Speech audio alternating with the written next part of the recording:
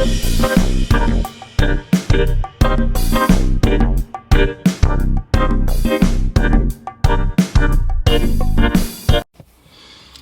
Bible scholar. That's you. You're a Bible scholar. We are Bible scholars. This is your mom of three in NYC, back with another video. Yay!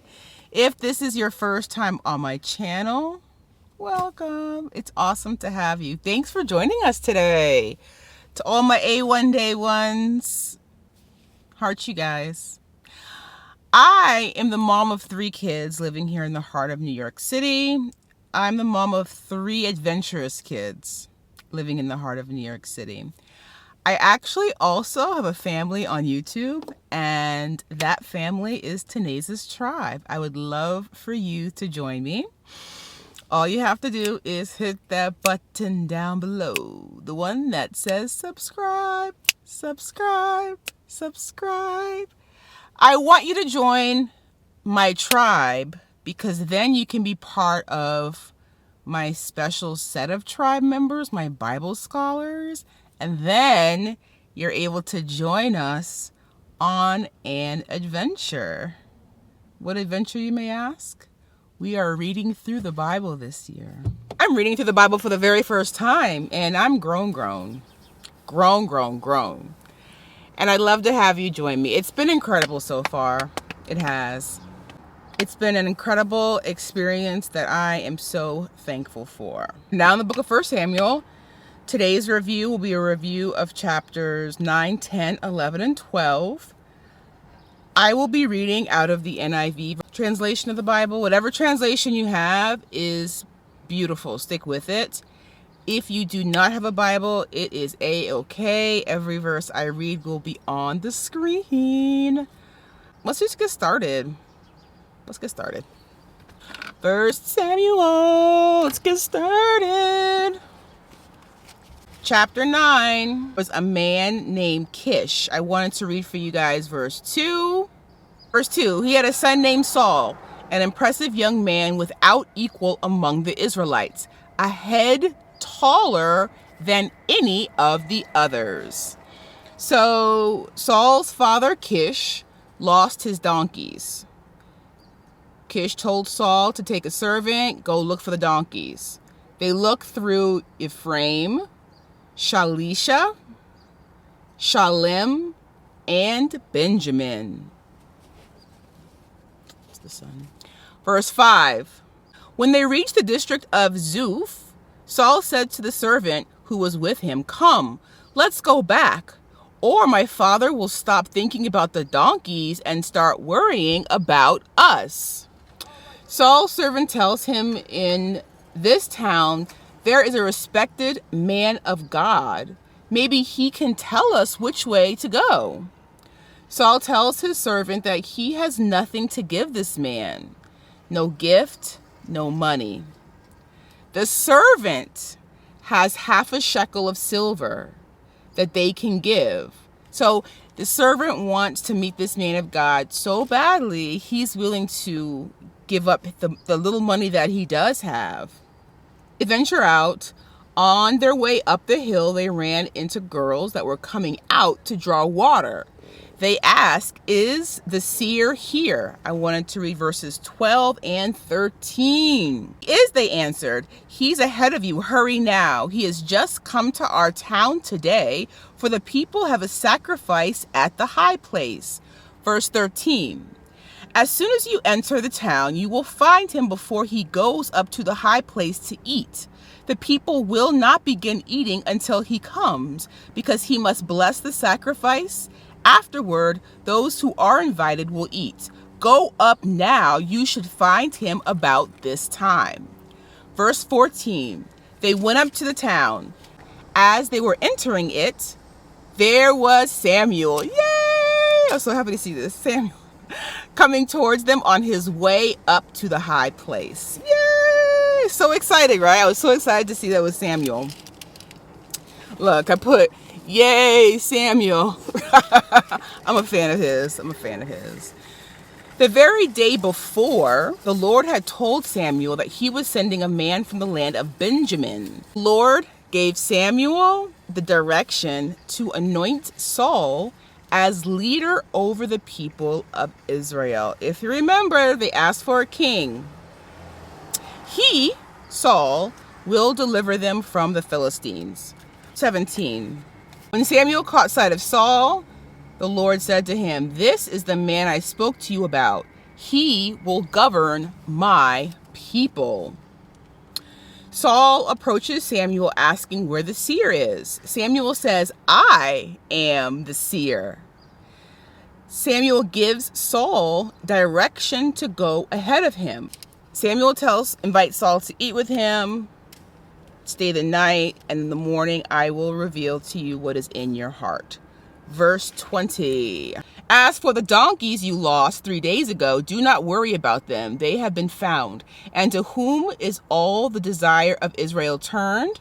If not to you and all your father's family. So in that moment, it was God, right? Because no one mentioned the donkey to Samuel. No one mentioned it. Saul just asked, "Do you know where the seer is?" That's all he said.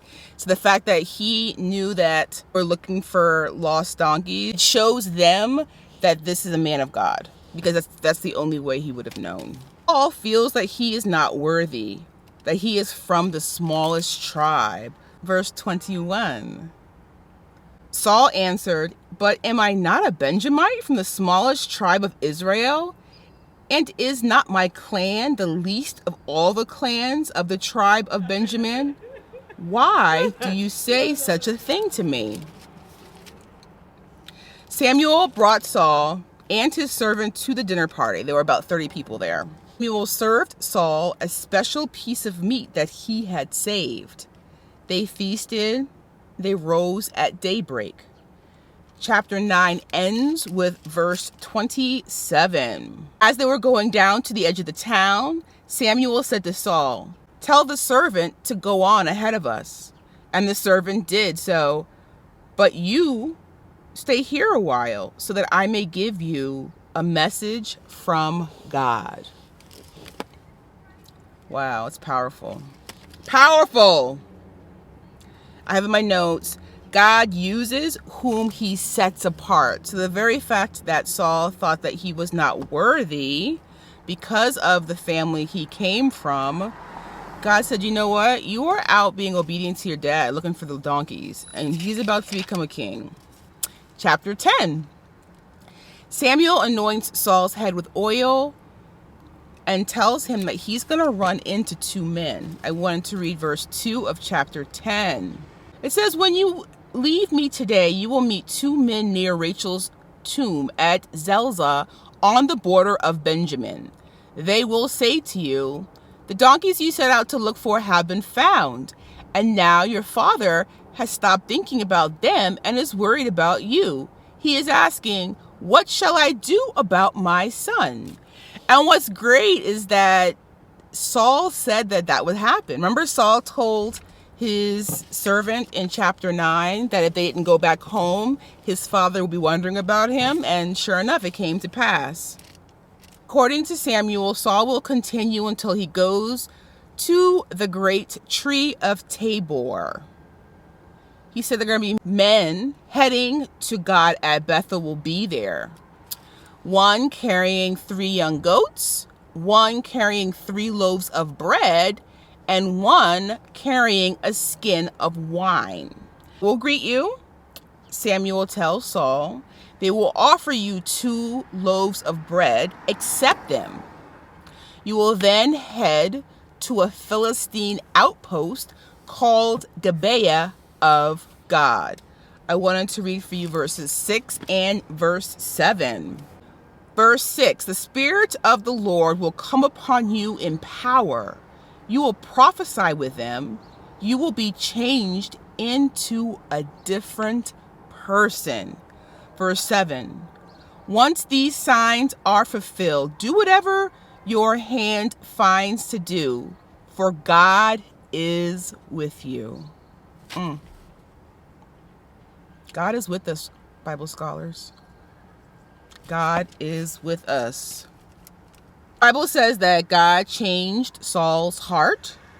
Everything Samuel said came to pass.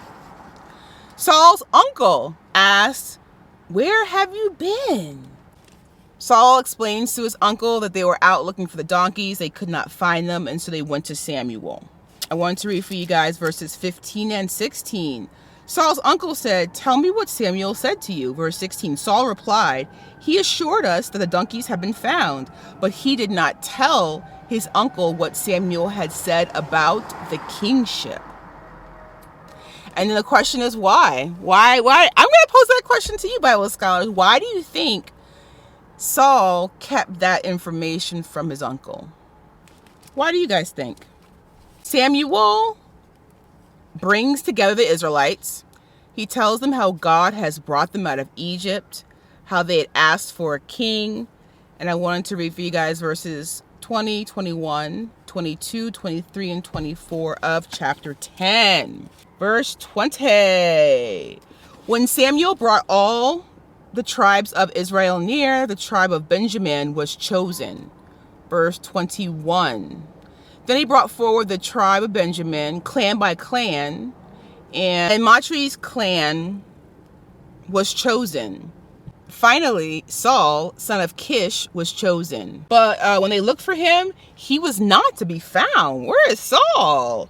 Verse 22. So they inquired further of the Lord, "Has the man come here yet?" And the Lord said, "Yes, he has hidden himself among the baggage." Verse 23, they ran and brought him out, and as he stood among the people, he was a head taller than any of the others. Verse 24, Samuel said to all the people, "Do you see the man the Lord has chosen?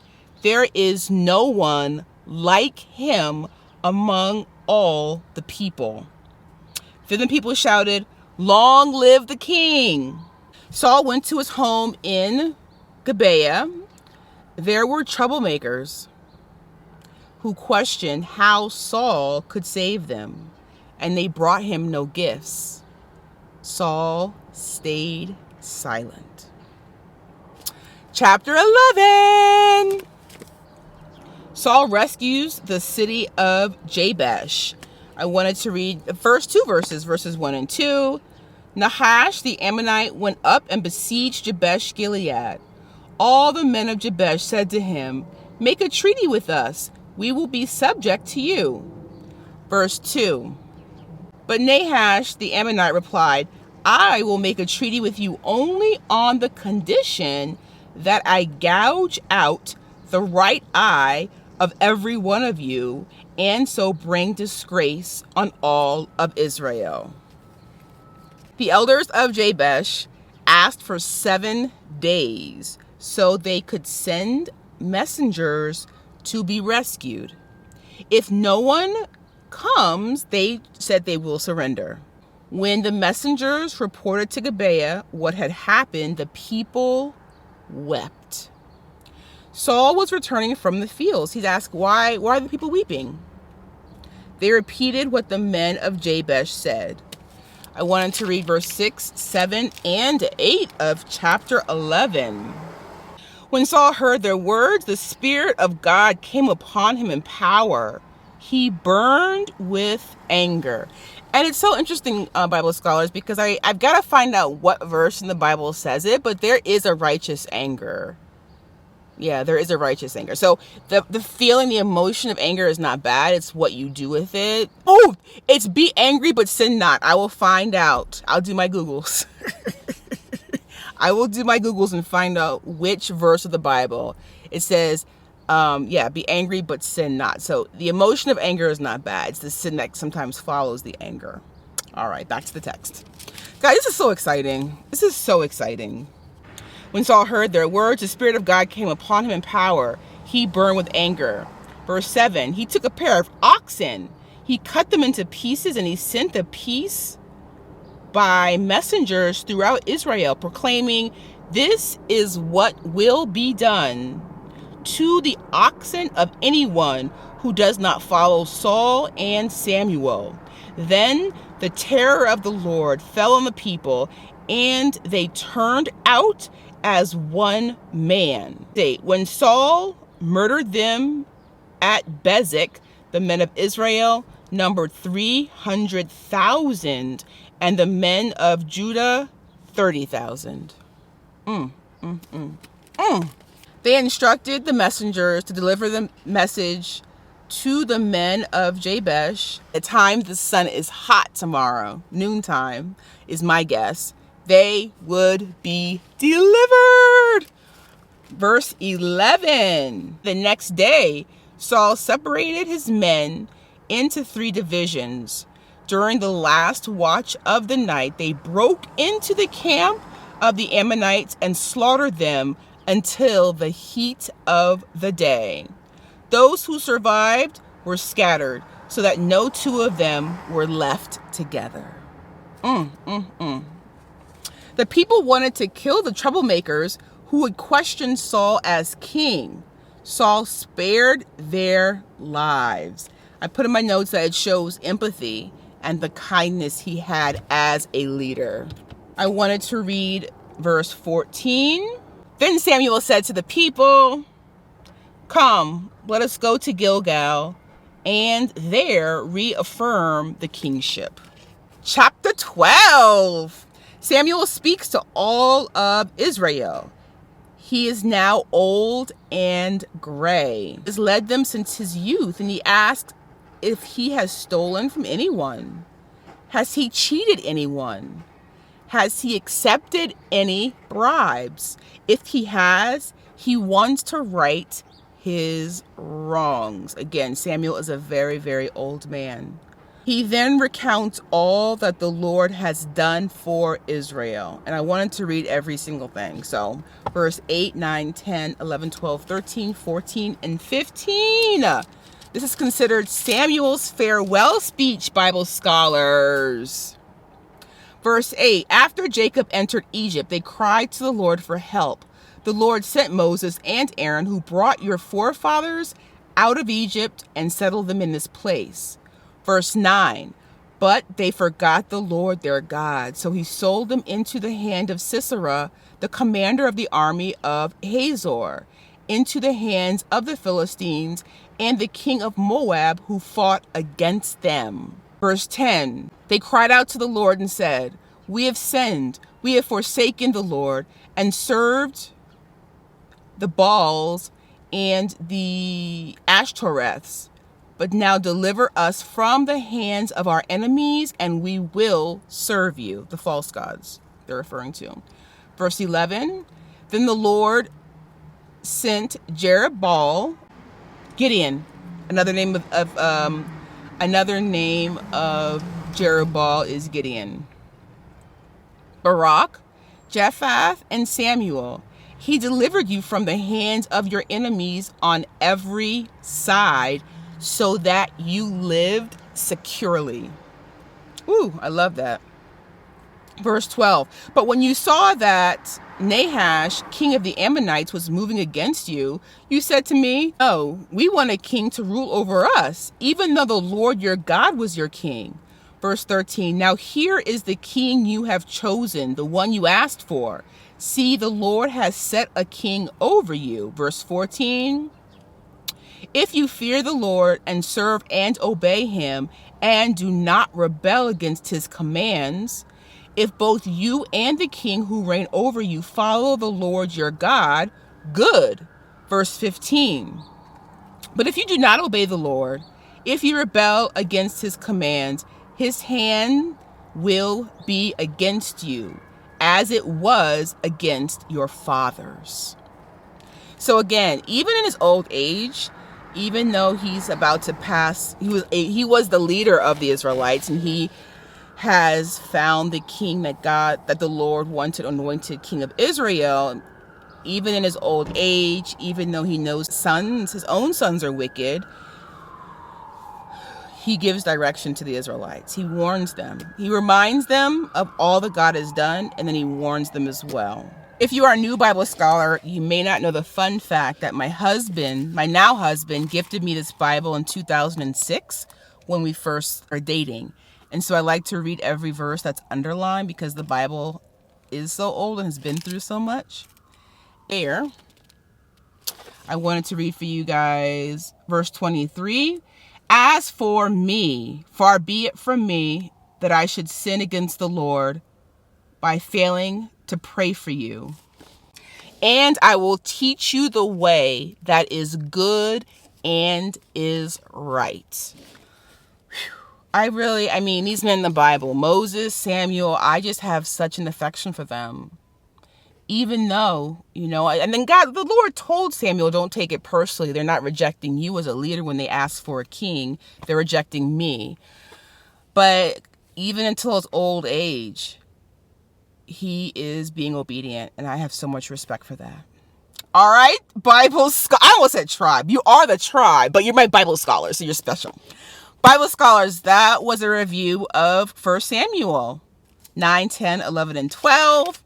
Our next review, again, there are 3 reviews per week. I have committed that you will always get 3 reviews per week. Our next review will be of chapters 13, 14. 14's a long chapter. Wow, 52 verses. 15 and 16. 13, 14, 15, and 16. As always, Bible scholars, questions, comments, revelations, drop them in the comments below. And again, I posed the question at the beginning of this review. Why do you think Saul did not tell his uncle about what Samuel had told him about being king? What do you guys think? I have my own thoughts. Let's get this conversation started. All right, guys. This is wonderful. Thank you for your dedication. Thank you for your time. I so appreciate each and every one of you. I look forward to seeing you in our next review. Bye for now, Bible scholars.